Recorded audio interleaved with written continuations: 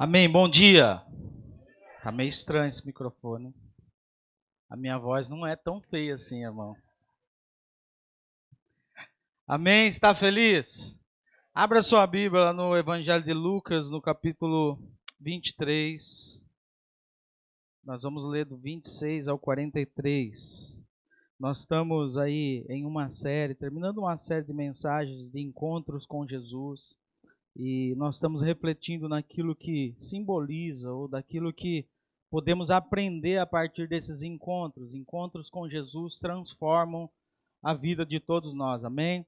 Eu sei que você está aqui nessa manhã porque você teve um encontro com Jesus um dia e esse encontro mudou a sua história.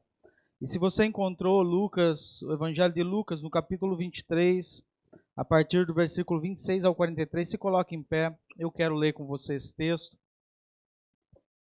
Lucas 23, de 26 a 43.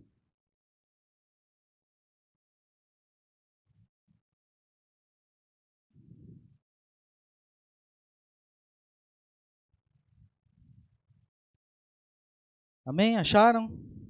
Diz assim esse texto. Enquanto o levavam, agarraram Simão de Cirene, que estava chegando do campo, e lhe colocaram a cruz às costas, fazendo-a carregá-la atrás de Jesus. Um grande número de pessoas o seguia, inclusive mulheres que lamentavam e choravam por ele.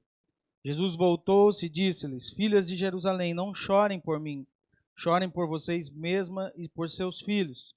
Pois chegará a hora em que vocês dirão: Felizes as estéreis, os ventres que nunca geraram e os seios que nunca amamentaram. Então dirão as montanhas: Caiam sobre nós, e as colinas cubram-nos.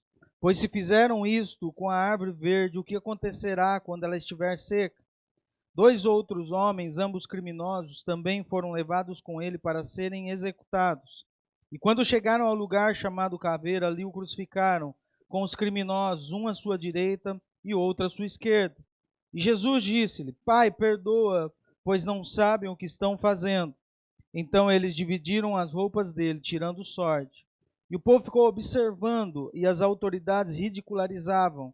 Salvou os outros e diziam: Salve-se a si mesmo, se é Cristo de Deus, o escolhido. E os soldados aproximaram-se deles, também zombando e oferecendo vinagre, diziam: Se você é o rei dos judeus, salve-se a si mesmo. Havia uma inscrição acima dele que dizia: Este é o rei dos judeus. Um dos criminosos que ali estavam dependurados lançavam-lhe insultos: Você não é o Cristo, salve-se a si mesmo e a nós. Mas o outro criminoso o repreendeu, dizendo: Você não teme a Deus, nem estando sobre a mesma sentença.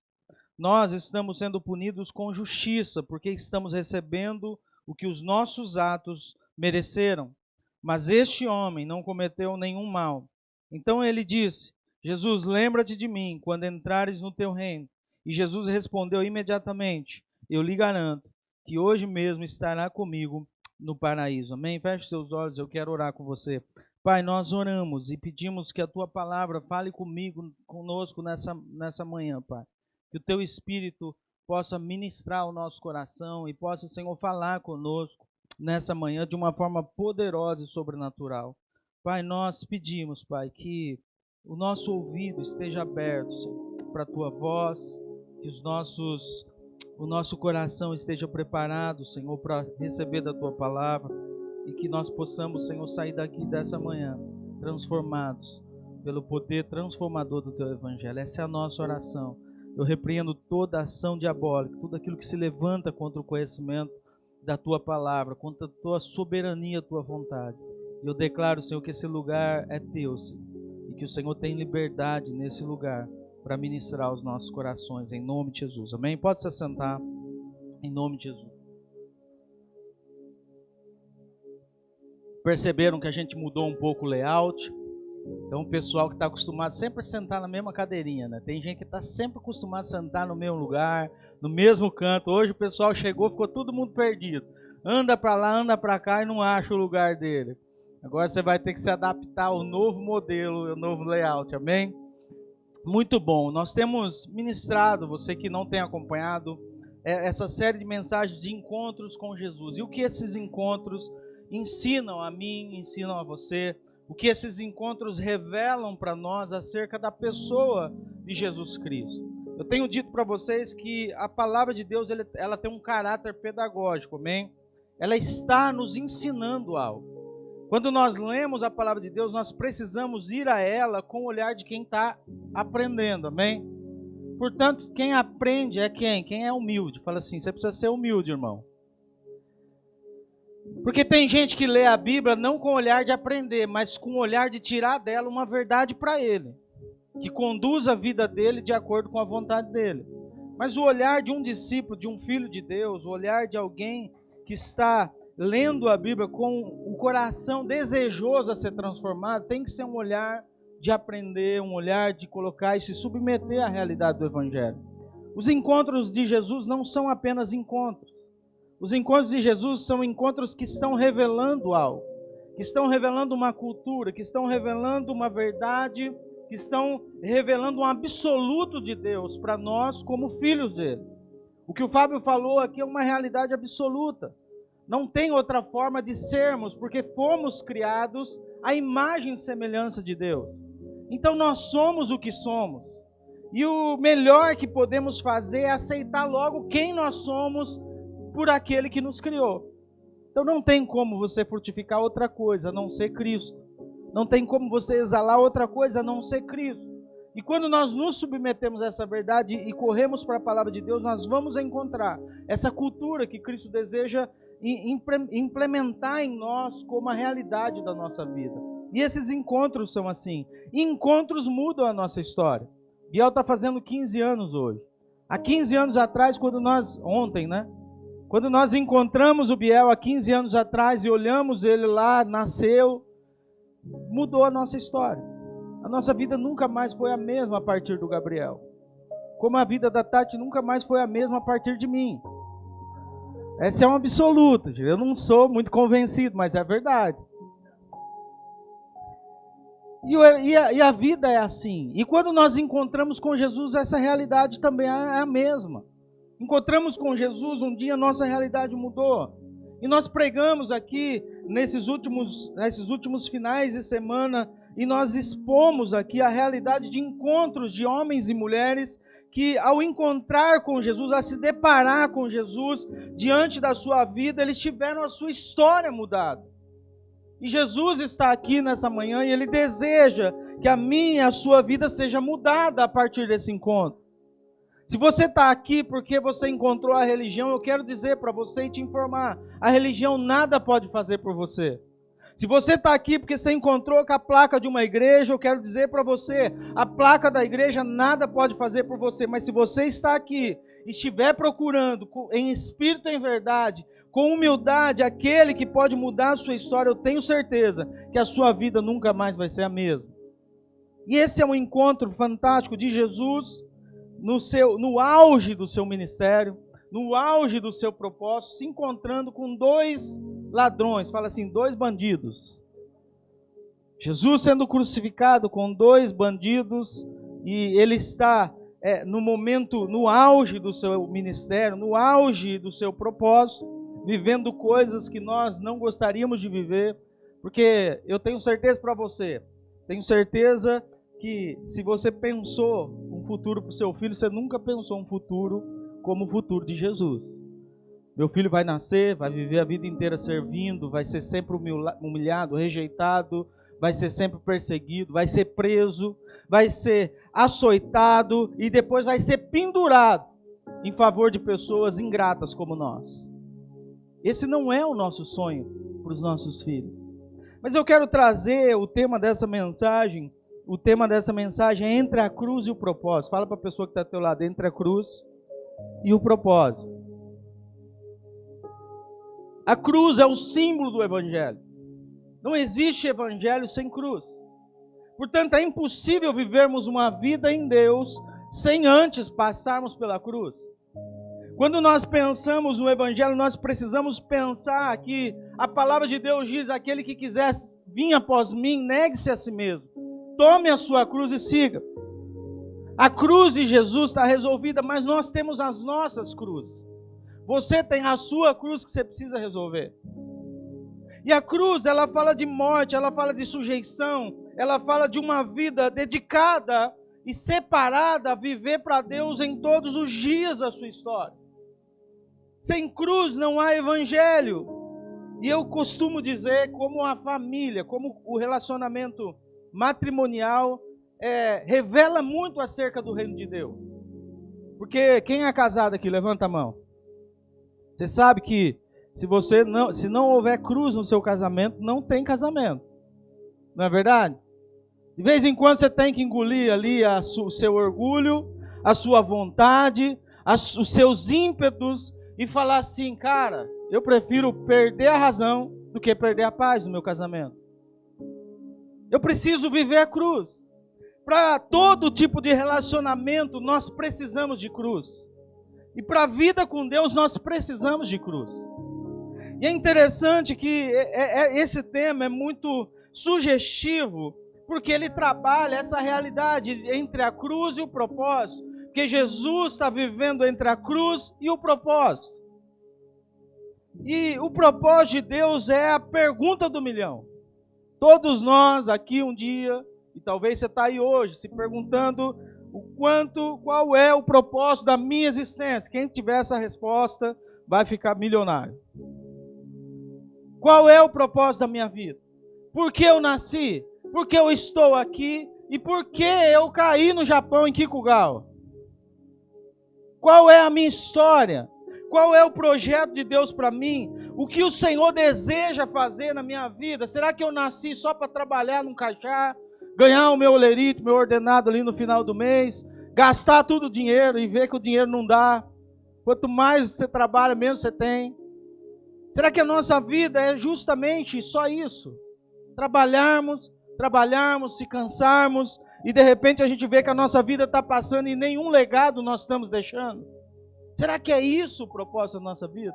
E é interessante que nesse texto e nesse encontro, Jesus nos ensina sobre como a cruz e o propósito caminham junto. Fala para a pessoa que está ao teu lado, a cruz e o propósito caminham junto. Amém? Uma das coisas que nós aprendemos que é difícil imaginar que no auge da dor e do sofrimento seja possível viver o propósito. Nós sempre pensamos a vida cristã a partir da realidade em que se tudo estiver bem, nós estamos bem. Mas se tudo estiver mal, alguma coisa errada tem. Não é assim que a nossa mente religiosa funciona? Sim ou não? Nós quase sempre erramos ao julgarmos a nossa vida a partir das coisas visíveis. Porque parece que o resultado da nossa vida está naquilo que possuímos e não naquilo que estamos cumprindo em Deus. Parece que a realidade da nossa existência está totalmente condicionada ao nosso sucesso material e não ao nosso sucesso vocacional. Nós estamos olhando para uma realidade a cuja qual os nossos olhos estão brilhando para coisas naturais. E nós precisamos olhar que essa realidade dessa cultura coaching que nós estamos vivendo é uma realidade que tem adoecido a nossa maneira de viver, que tem deturpado a nossa consciência cristã, que tem muitas vezes feito um desserviço para a realidade do evangelho na nossa vida real. Porque esse evangelho coach do sucesso, do resultado, você é e você pode ser uma bênção, você pode ser feliz, você pode ser rico, você pode ser tudo que você quiser. Essa realidade não se aplica a partir da vida de Jesus Cristo. E no evangelho de Jesus Cristo, na palavra de Deus, nós vamos ver de Gênesis e Apocalipse, homens e mulheres que no auge do seu sofrimento cumpriram o seu ministério. Então deixa eu dizer algo para você. No auge da dor de Jesus, Jesus também estava no centro da vontade de Deus na sua vida. Então talvez você está aqui nessa manhã dizendo, pastor, você não sabe o que eu estou vivendo, você não sabe o que eu estou experimentando na minha vida, você não sabe a dor que eu estou enfrentando, você não sabe o calvário que eu estou vivendo. Mas eu quero dizer para você que pode ser que esse seja um momento propício para você frutificar naquilo que o Senhor colocou na sua mão nesse tempo. Jesus, no auge da sua dor, no auge do seu ministério, Ele está também cumprindo no centro da vontade de Deus para a sua vida. Então, para de pensar que a dor é sinônimo de fracasso. Para de pensar que as dificuldades são sinônimos de que alguma coisa errada tem. Sabe os amigos de Jó? Amaldiçoa o seu Deus e morre. Alguma coisa você tem, Jó. Não era para você estar assim. Você não é fiel a Deus. Você não vive no altar do Senhor. Alguma coisa tem errado. Porque a sua vida não prospera. Os amigos de Jó apontaram logo para a realidade que muitos de nós estamos olhando ainda hoje. Se alguma coisa está errada na sua vida, é porque alguma coisa errada tem. Se você não está vivendo uma vida financeira próspera, é porque alguma coisa errada tem. Será, gente? Será que essa é a realidade do Evangelho para nós? Será que é isso que nós aprendemos com esse texto? Porque quando nós olhamos para as Escrituras, nós vamos ver homens e mulheres sofrendo e vivendo o auge do seu ministério, do seu propósito em Deus. Então a igreja que vai fazer a diferença nessa nação é uma igreja que não vive pelo que vê, mas vive pelo que crê e pela consciência gerada a partir do Evangelho. Pode ser que você esteja vivendo o pior momento da sua vida, mas você está vivendo no centro da vontade de Deus e está tudo certo, porque é para esse momento que o Senhor te chamou. Como que você está vivendo? Você está vivendo um momento de dor? Você está vivendo um momento de luto? Está confuso porque tem sofrido dores imensuráveis? Eu quero dizer para você que Jesus está aqui para te trazer a direção na sua vida e dizer para você que está tudo certo, porque talvez é para esse momento que você nasceu. Outra coisa que nós aprendemos é cuidado com essa ideia de causa e efeito. Cuidado quando você pensa que a sua vida está nessa realidade de causa e efeito. Deixa eu dizer algo para você, eu vou ser um profeta na sua vida. Anota aí, você que está anotando. Coisas boas acontecem com pessoas ruins. E coisas ruins acontecem com pessoas boas. Você sabia disso? E às vezes nós temos a percepção de que coisas ruins estão acontecendo na nossa vida porque tem alguma coisa ruim. Tem alguma coisa errada em nós. Precisamos aprender como essa história de Jesus e acabar com essa ideia de que propósito e sendo a vontade de Deus significa que tudo vai estar bem na nossa vida. Eu costumeiramente falo e desafio as pessoas a ser bênção, a serem luz nesse tempo. E uma das coisas que eu mais ouço das pessoas é assim: pastor, eu vou ser bênção, mas espera aí que eu preciso arrumar alguma coisa na minha vida. Eu preciso ganhar mais dinheiro. Eu preciso cumprir meus sonhos, eu preciso formar meus filhos, eu preciso melhorar o meu casamento, eu preciso estar mais maduro na fé. Costumeiramente, nós colocamos sempre uma condicional para cumprir a vontade de Deus.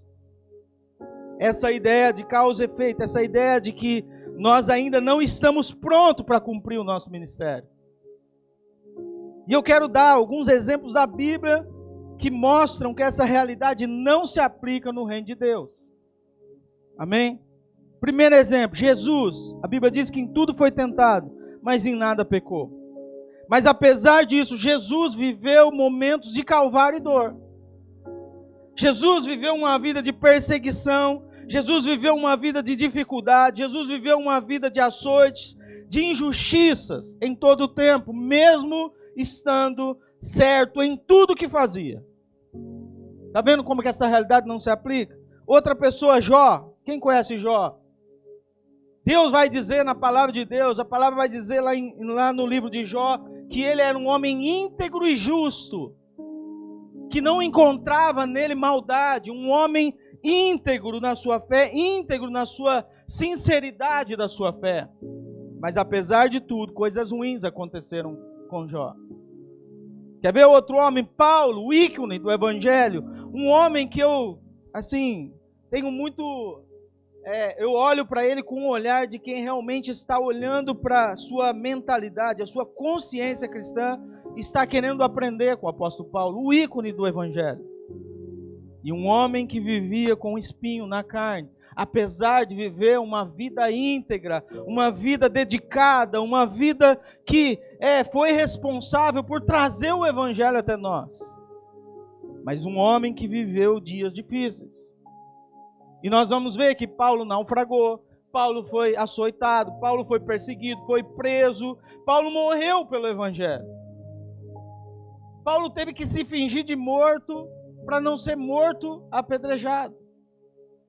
Esse era um homem que tinha tudo certo na sua vida, mas ele, apesar de viver tudo certo, algumas coisas aconteceram conforme ele não gostaria. Quer ver outro homem, Daniel? A palavra de Deus vai dizer no livro de Daniel que Daniel também era um homem íntegro, também era um homem justo, também era um homem sábio e que temia a Deus. Mas apesar da sua obediência, da sua fidelidade, ele foi jogado na cova dos leões.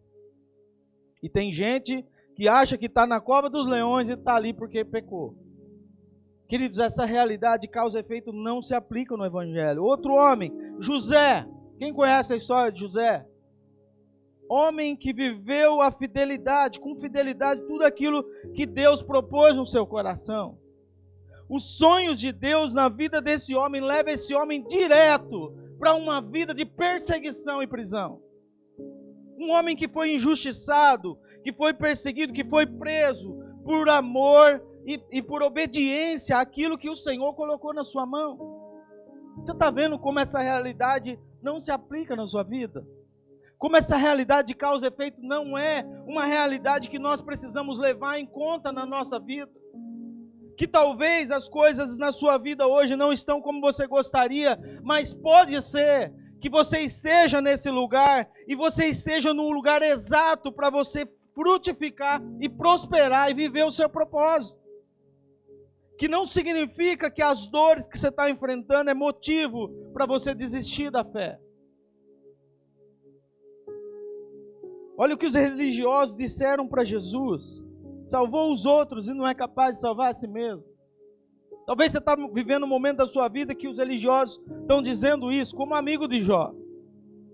Abandona o seu Deus e morre. Você está vendo sua vida não vai para frente.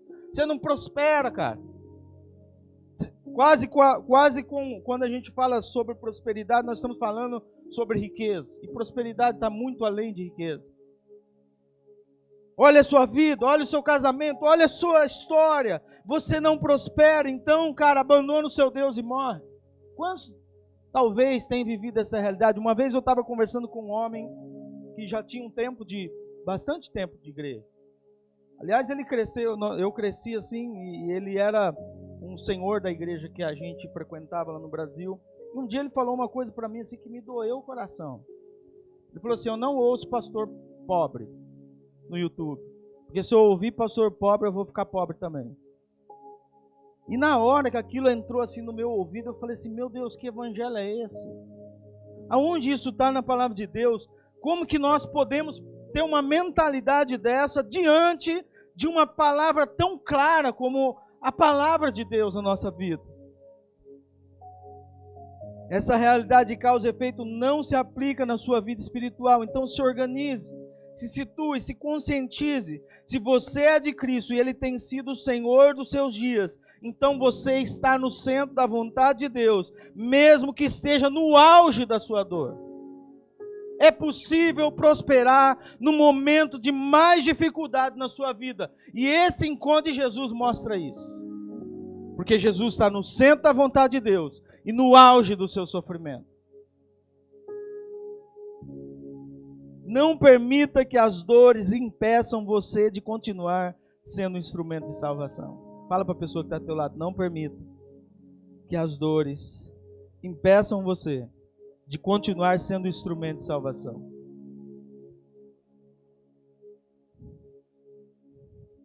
Na caminhada cristã nós vemos pessoas desistindo, pessoas abandonando a fé, pessoas abandonando os propósitos de Deus por julgarem que as suas dores sinalizam derrota, que o seu sofrimento, a sua maneira de viver, ou por se cobrarem demais em relação àquilo que talvez elas acham que Deus colocou na sua mão, ou que a igreja tem imprimido em você.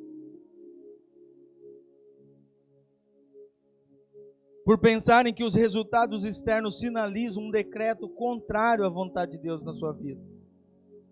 E é interessante que Mateus 5, de 1 a 14, eu quero ler com você o que Jesus ensina num sermão que ficou conhecido, muito conhecido por todos nós, o Sermão da Montanha.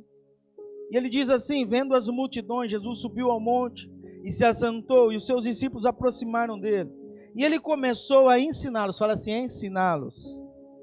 Jesus está ensinando quem? Quem? E quem são os discípulos? Hã? O povo ficou tímido. Quem são os discípulos? É aquele povo que está lá na montanha? Hã? Somos nós. Nós somos os discípulos. Amém? Nós somos essa geração eleita. Então ele está ensinando nós, amém? Olha o que ele ensina: bem-aventurado os pobres em espírito, pois deles é o reino dos céus. Bem-aventurados os humildes, pois serão consolados. Bem-aventurados os que têm fome e sede de justiça, porque serão satisfeitos. Bem-aventurados são os misericordiosos, pois eles obterão misericórdia. Bem-aventurados os puros de coração, porque eles verão a Deus. Bem-aventurados os pacificadores. Fala assim: pacificador. Olha para o seu marido, seu cônjuge, fala assim: pacificador. Pois serão chamados filhos de Deus. Bem-aventurados os perseguidos por causa da justiça, pois deles é o reino dos céus. Bem-aventurado, sabe o que significa bem-aventurado? Felizes. Jesus está nos ensinando que felizes são aqueles que são perseguidos por causa da justiça, porque deles é o reino dos céus. Bem-aventurados serão vocês quando por minha causa os insultarem, perseguirem e levantarem todo tipo de calúnia contra vocês.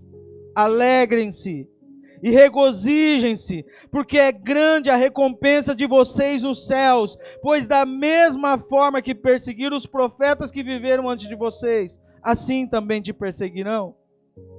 E ele termina esse texto de forma fantástica, dizendo assim: olha, vocês são sal e luz. Vocês são sal da terra. Mas se o sal perder o seu sabor, como você pode restaurá-lo? Não servirá para nada, exceto para ser jogado fora e pisado pelos homens. Vocês são a luz do mundo. Não se pode esconder uma cidade construída sobre um monte. Mateus 5, de 1 a 14. Ah, amado, o Senhor te chamou para um propósito de redenção. Nunca perca da sua vista a realidade, a visão de que o Senhor chamou para um propósito de redenção. Apesar das suas dores, apesar do seu sofrimento, apesar do momento que você está vivendo, esse momento que você está vivendo não determina quem você é em Deus. O que determina quem você é em Deus é a sua postura diante daquele que te chamou das trevas para a sua maravilhosa luz. Você não é o que você está vivendo. O que você está vivendo na sua vida não significa, não sinaliza quem você é em Deus. Mas a sua postura diante do momento que você está vivendo é que vai determinar se você é um filho de Deus ou não. Eu costumo dizer assim, e a palavra de Deus diz que a chuva de Deus vem sobre o justo e sobre o injusto. E é interessante que a pandemia pegou crente e não crente, verdade ou não? Quem aqui é crente e ficou com pandemia aí na sua casa? Eu fiquei. Pegou corona. Quem pegou corona aí? É verdade, mas crente pega corona? Sério? Mas não tem alguma coisa errada não você pegar a corona? Não. Nós precisamos olhar para a nossa vida com essa realidade, entender, gente. Eu conheço cristãos que morreram na pandemia. Inclusive o pastor que batizou a Tati, ele morreu na pandemia. A avó da Tati morreu na pandemia.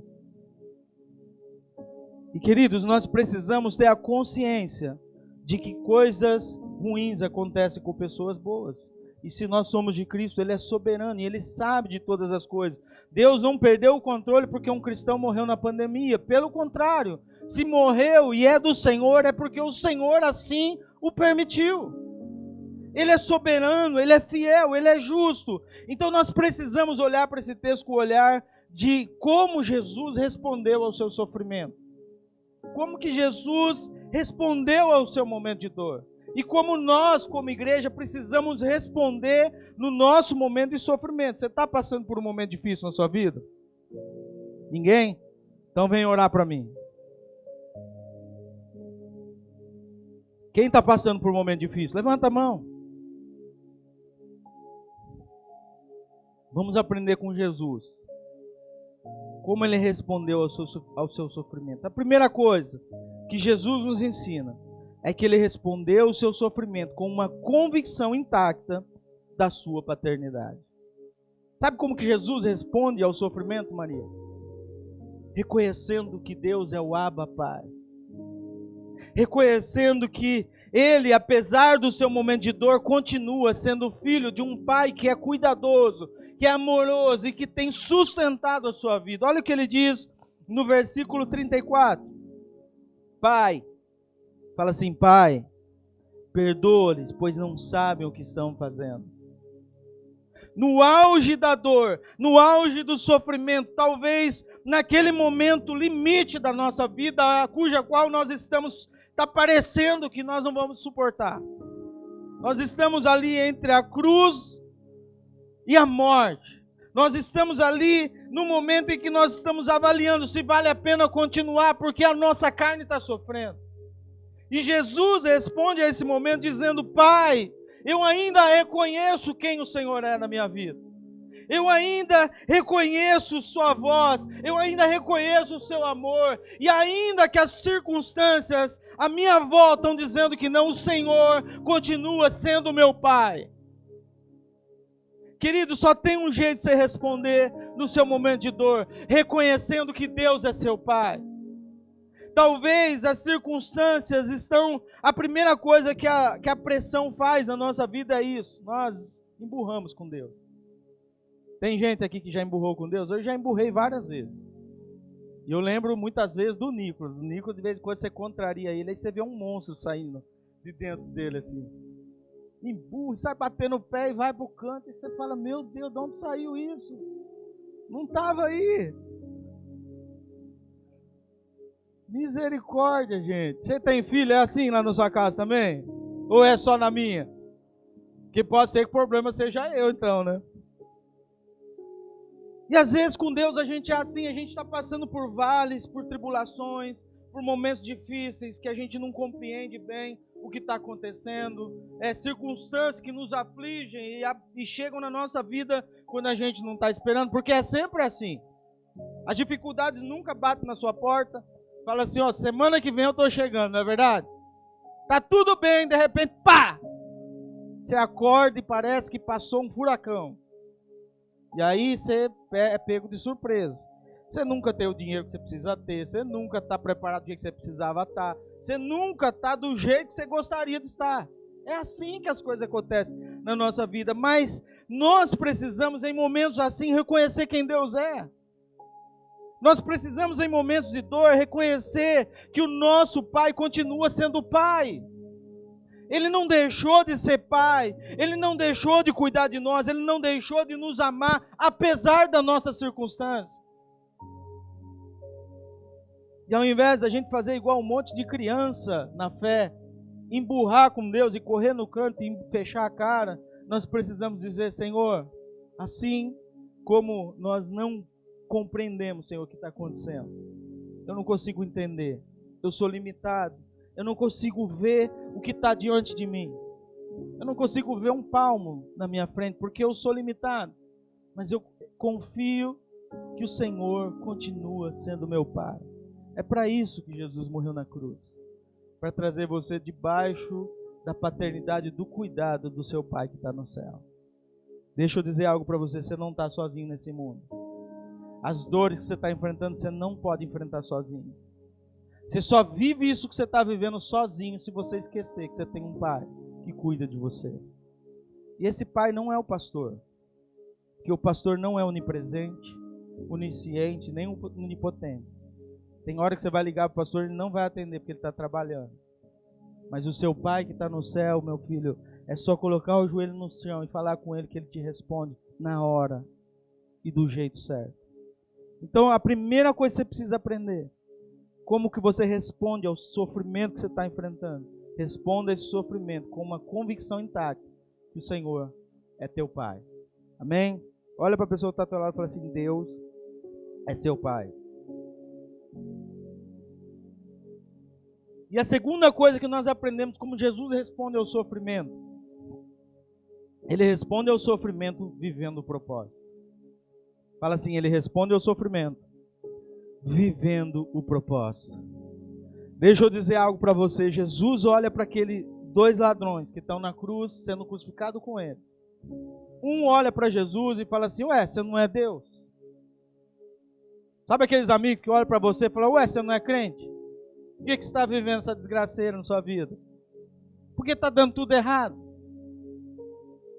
As pessoas olham para você como olharam para Jesus, vai dizer assim: ué, você não é o Deus, o Todo-Poderoso, o Rei dos Judeus, você não é um filho de Deus? Então desce dessa cruz e não deixa esses homens infelizes te crucificar. Mas ao mesmo tempo, tem gente humilde do lado dizendo assim: você não sabe o que você está falando. Porque nós padecemos desse sofrimento, porque nós merecemos estar nessa cruz. Mas ele não tem culpa nenhuma. E alguém que olha para Jesus com um olhar de misericórdia e diz assim: Jesus, lembra-te de mim quando entrares no paraíso. E a palavra de Deus vai dizer que Jesus olha para ele e diz: hoje mesmo estarás comigo no paraíso. Sabe como você precisa responder ao sofrimento? Vivendo os propósitos de Deus para a sua vida. Entendendo que, apesar do sofrimento, talvez o sofrimento que você está vivendo, o apóstolo Paulo entendeu isso muito bem, porque ele diz que leve e momentâneo são as nossas tribulações. E nós que estamos em Cristo não somos movidos e guiados pela dor, mas nós somos movidos e guiados pela vontade do nosso Pai. Então responda, queridos, ao seu sofrimento, vivendo os propósitos de Deus. Deixa eu dizer, entre você, a cruz e o propósito de Deus na sua vida, existe alguém que precisa de misericórdia. Tem gente, talvez no auge do seu sofrimento, que está do teu lado, precisando de uma palavra de consolo. E se você estiver apegado demais ao seu sofrimento, você não vai ser e não vai viver os propósitos de Deus na sua vida, porque os seus sofrimentos estão te machucando demais. Se coloque em pé, em nome de Jesus. A dor não pode paralisar um cristão que tem propósito. Você quer viver os propósitos de Deus? Essa tem sido a sua oração nesses dias? Essa tem sido o clamor da sua vida nesses dias? Então é hora de você alinhar a sua visão diante daquilo que o Senhor tem falado com você. É hora de você olhar com responsabilidade por Evangelho e perceber que o que o Evangelho está fazendo na nossa vida é construindo em nós uma consciência inabalável de que, apesar das circunstâncias, nós estamos no centro da vontade de Deus para a nossa vida.